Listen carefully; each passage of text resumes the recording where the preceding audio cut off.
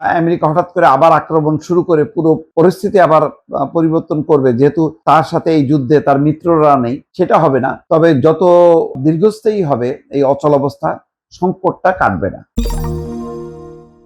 আন্তর্জাতিক অঙ্গনের খবর হলো, ইরানের পররাষ্ট্রমন্ত্রী আব্বাস আরাকচি আবার ইসলামাবাদ সফর করতে পারেন।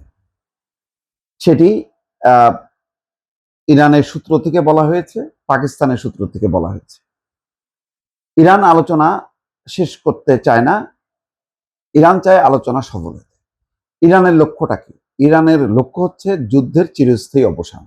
সুতরাং ইরান আলোচনা চায় না তা না। আর যুক্তরাষ্ট্র কি করছে?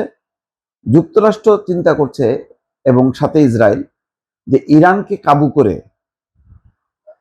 একেবারে শেষ পর্যায়ে ফেলে দিয়ে তাদের কাছ থেকে এমন একটা চুক্তি স্বাক্ষর করানো, যাতে ইরান আর পারমাণবিক কর্মসূচি কোনোভাবেই চালু করতে না পারে, একটা পঙ্গু রাষ্ট্র হিসেবে যাতে কোনো রকমে বেঁচে থাকে। তো সেটাই ইরান তো মেনে নেবে না। তো এখন আব্বাস আরাকচি ইসলামাবাদে গেছেন, সেখানে পাকিস্তানের নেতাদের সাথে কথা বলেছেন।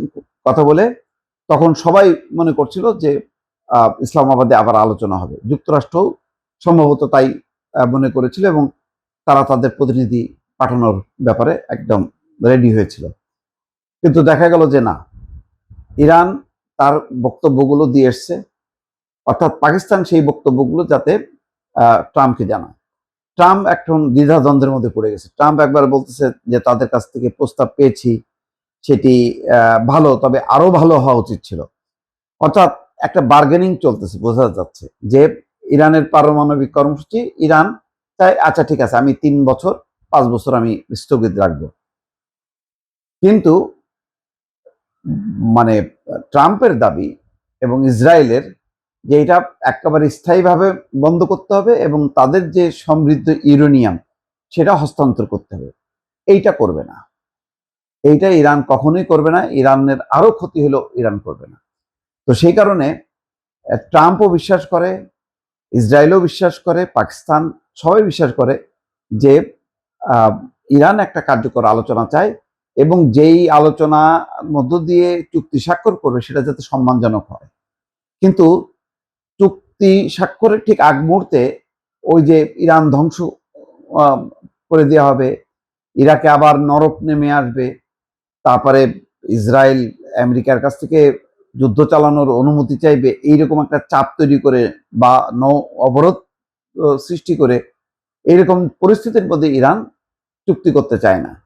এটাই হচ্ছে ইরানের মূল বক্তব্য। সেই কারণে ইরানের পররাষ্ট্রমন্ত্রী এখন ইরান পাকিস্তান থেকে গেছেন ওমান, ওমান থেকে যাবেন রাশিয়া, রাশিয়া থেকে তিনি হয়তো ফিরবেন ইরানে, ইরান থেকে তিনি আবার ইসলামাবাদে যে কোনো সময় আসবেন। অর্থাৎ বল এখন কিন্তু ট্রাম্পের কোর্টে।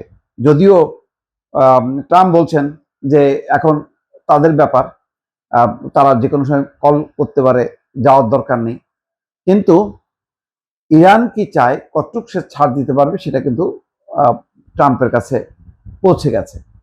ফলে ট্রাম্প আশা করতেছে যে আরো নমনীয় হোক, আরো সে ছাড় দিক, এই অবস্থানে আছে। ফলে এই অবস্থান থেকে আমেরিকা হঠাৎ করে আবার আক্রমণ শুরু করে পুরো পরিস্থিতি আবার পরিবর্তন করবে, যেহেতু তার সাথে এই যুদ্ধে তার মিত্ররা নেই, সেটা হবে না। তবে যত দীর্ঘস্থায়ী হবে এই অচলাবস্থা, সংকটটা কাটবে না। সেই কারণে এখন বল আসলে ট্রাম্পের কোর্টে, যে ট্রাম্প যদি তার অবস্থান, মনোভাব, হুমকি ধামকি, নৌ অবরোধ, এই সবগুলো যদি বন্ধ করে, তাহলে হয়তো একটা ভালো চুক্তি যে কোনো সময় হতে পারে। এবং সেই কারণে আব্বাস আরাকচি সহ ইরানের প্রতিনিধি দল যে কোনো সময়ের জন্য প্রস্তুত আছে ইসলামাবাদে এসে আলোচনার মধ্য দিয়ে একটা চুক্তি স্বাক্ষর করা। দর্শক।